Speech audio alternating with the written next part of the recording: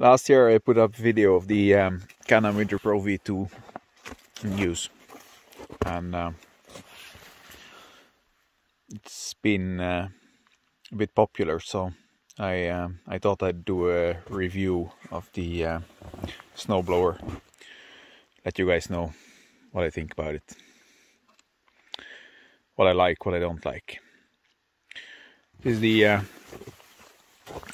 Winter Pro V2. It's the same as a Bercomac something made in Canada. This is rebranded by Can-Am, but all the parts are interchangeable, and well, it says BRP Finland, but yeah, it's made in Canada. So there we go. That's the Honda GX690 engine. It's 24 horsepower, I think. Some advertises 22, some advertises 24 horsepower, I'm not sure. Does a decent job.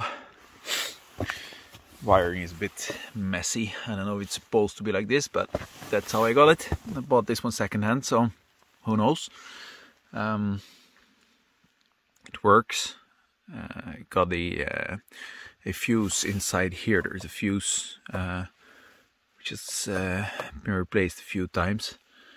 I have it connected all the time. It's connected as long as snowblower is mounted to the ATV. It's connected, so it's not ideal standing outside, but it works. I don't bother to disconnect it, but it's resulted in some issues with the power. Controller box I got mounted here. The wiring is a mess. It originally has one connector, which just goes straight into the controller box.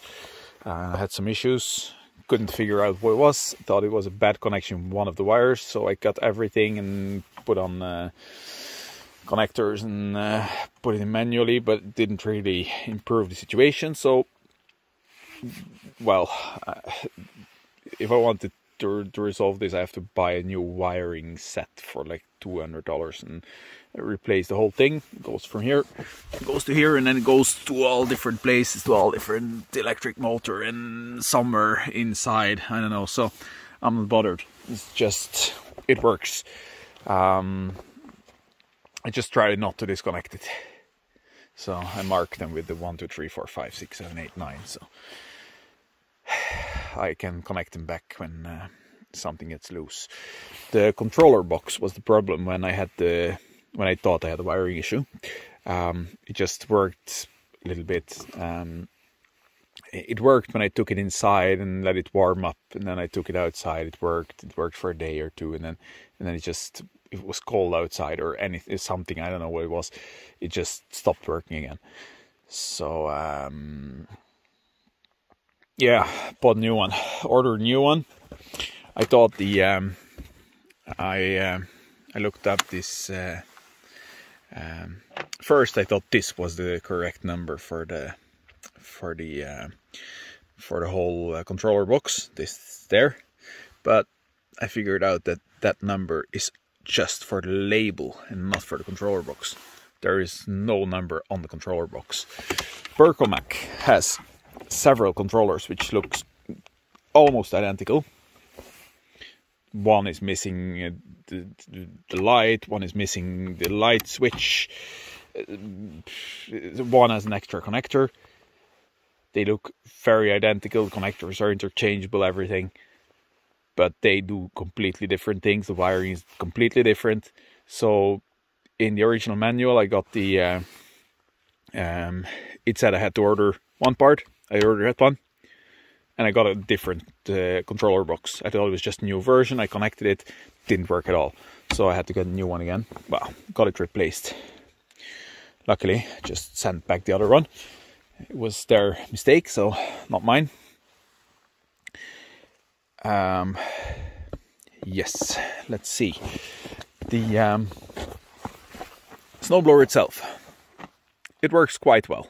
It works most of the time it sucks, or it eats everything. It eats snow, it eats slush, it eats gravel, sand, whatever you feed it, it'll just spit it out, as long as it works. I have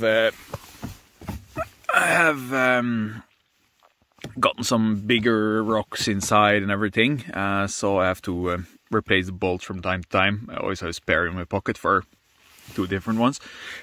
There is a bolt, there is a bolt, and then you have a bolt inside there. Those are the 3 which break the most. You see, this one is it doesn't look exactly as it should.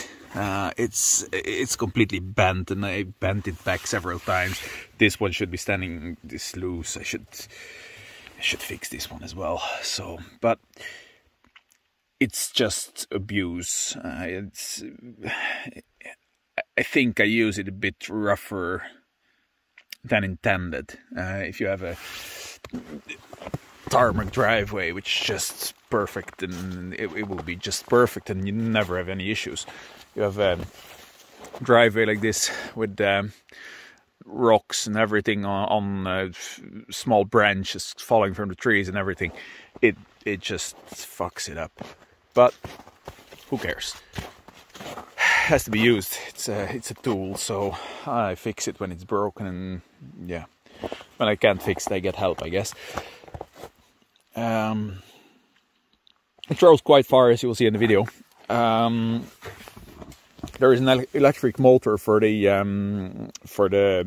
up and down, which controls how far you throw the snow, and then there is another electric motor here, which controls left or right swing. I've replaced this one twice, I think. This one hasn't been replaced. This is the original one, or at least when I bought it second hand. These are replaced twice in, well, should mention I have this one, this snowblower, for like 4 years, and the winter season, snow season takes, it lasts like 6 months up here. So 6-7 months we use a snowblower, so it's been used a bit. I replaced this one twice. The first time I had a lot of it was a bit I think it was a bit broken when I bought it, but it just got worse over time. And the biggest problem was there was a lot of sand and stuff inside this riffles here.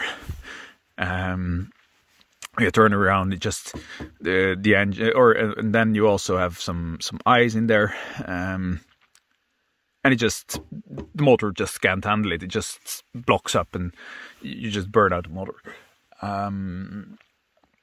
What happened a few weeks ago was that I, of course, as I said, I leave the power on.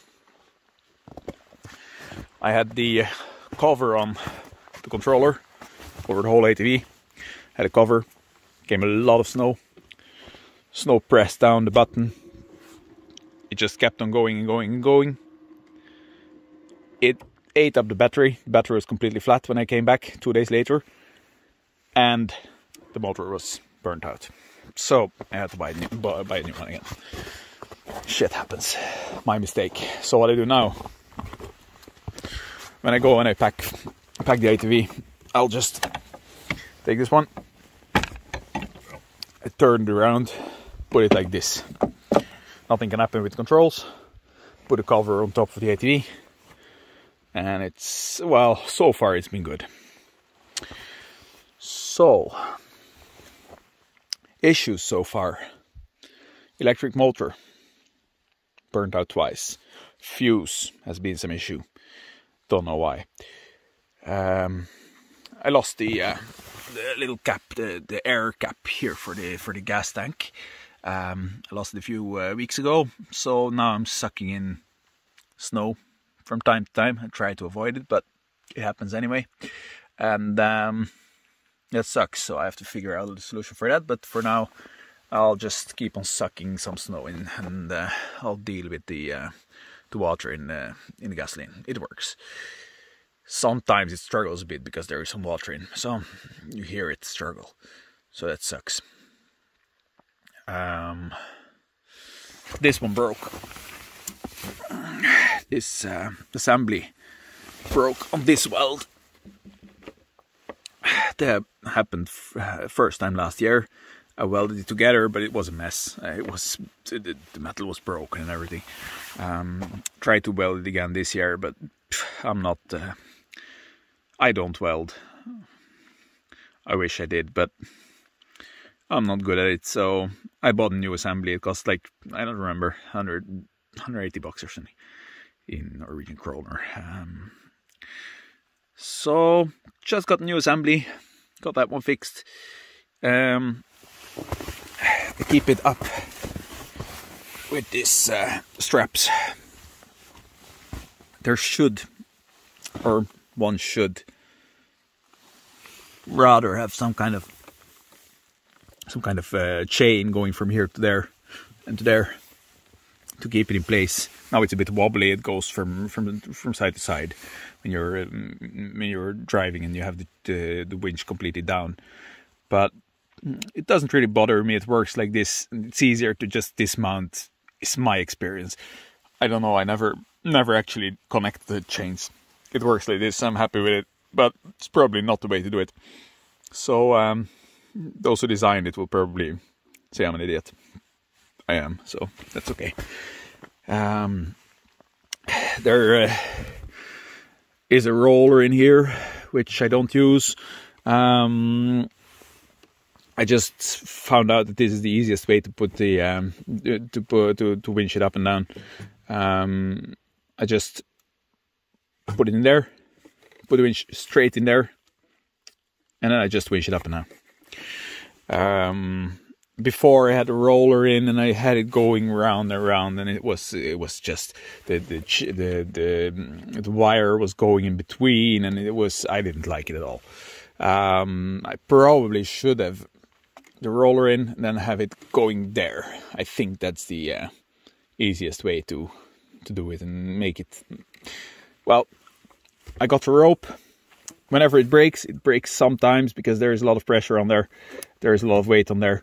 It breaks sometimes, but as long as you use a rope, it's very easy to just tie a new knot and you're good to go. The rope is like 20 meters, 60 feet, whatever. It lasts a long time. So I just cut off 30 centimeters, 40 centimeters, tie a new knot, good to go again for another 1 to 2, 3 months. So yeah, happy with that.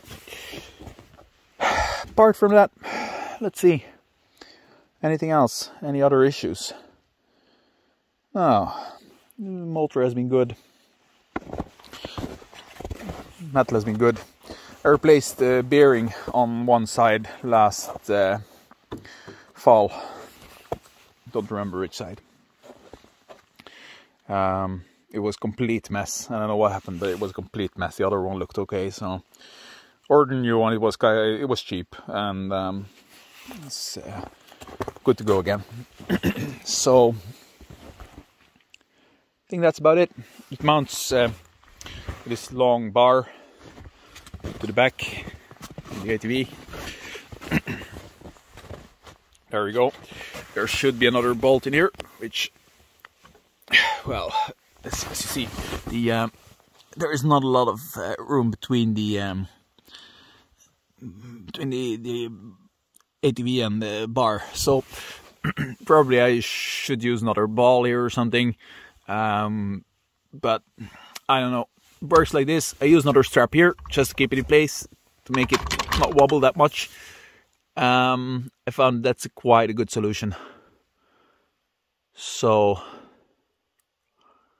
I'm quite happy with the setup, and it's probably ways to do it better, but well, there's always ways to do it better, but this is the way I do it. I'm happy with it. Open for suggestions if you have any. Just don't be negative. Whatever I do works. Hope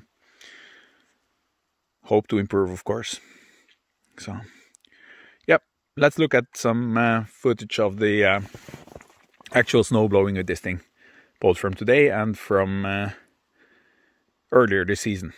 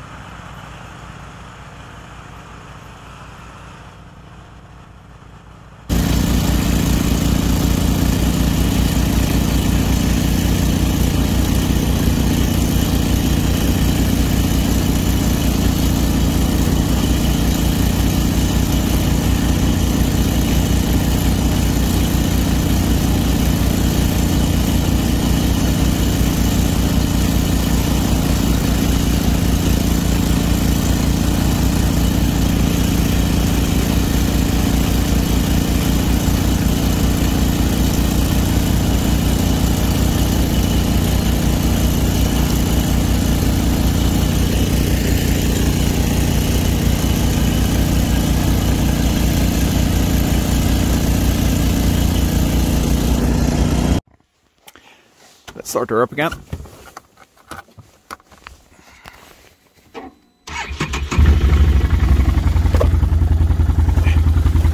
Come on. Choke.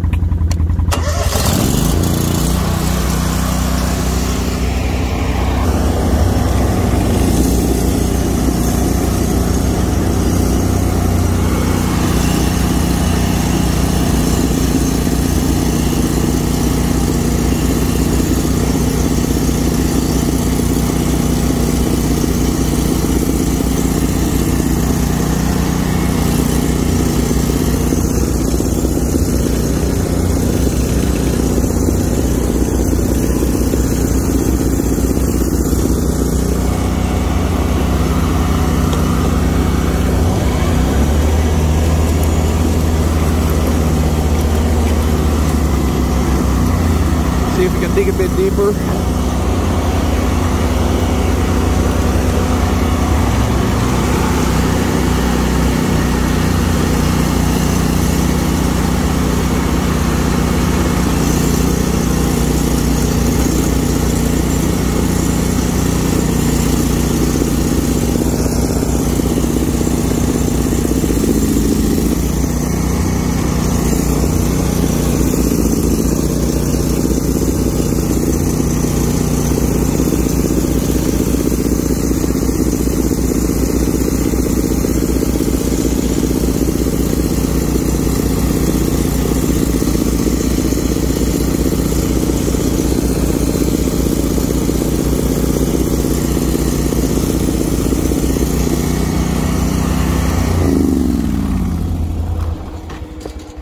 See, this part is only first run.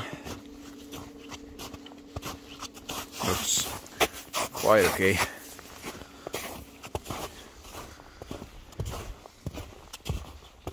Here we got 2 runs, so it's just solid ice underneath. It's just a small, tiny layer of thin layer of slush. I'll give it another go, but that should be sufficient.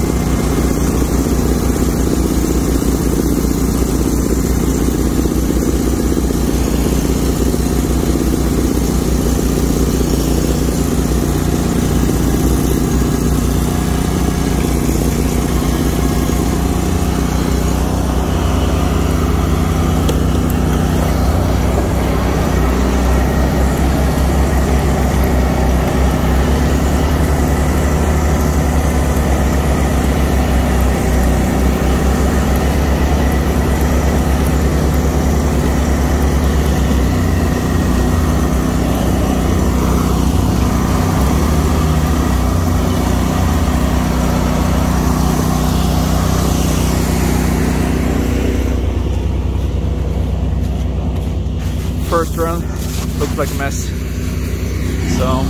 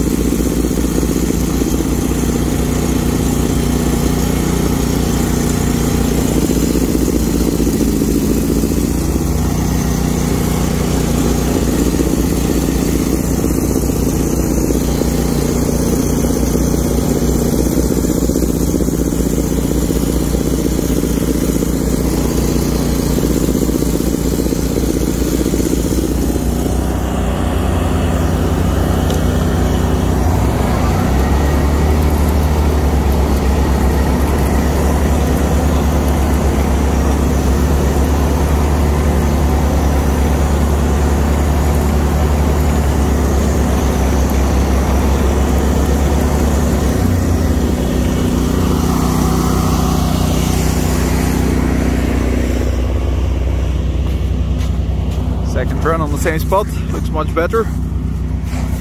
We'll give it another go.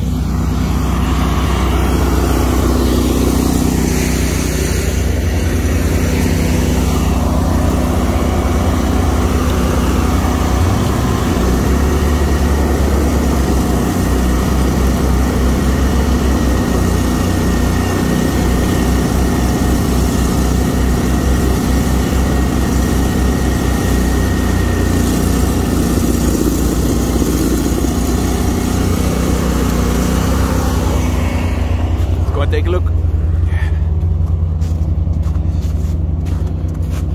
Oh, it's looking okay, I guess.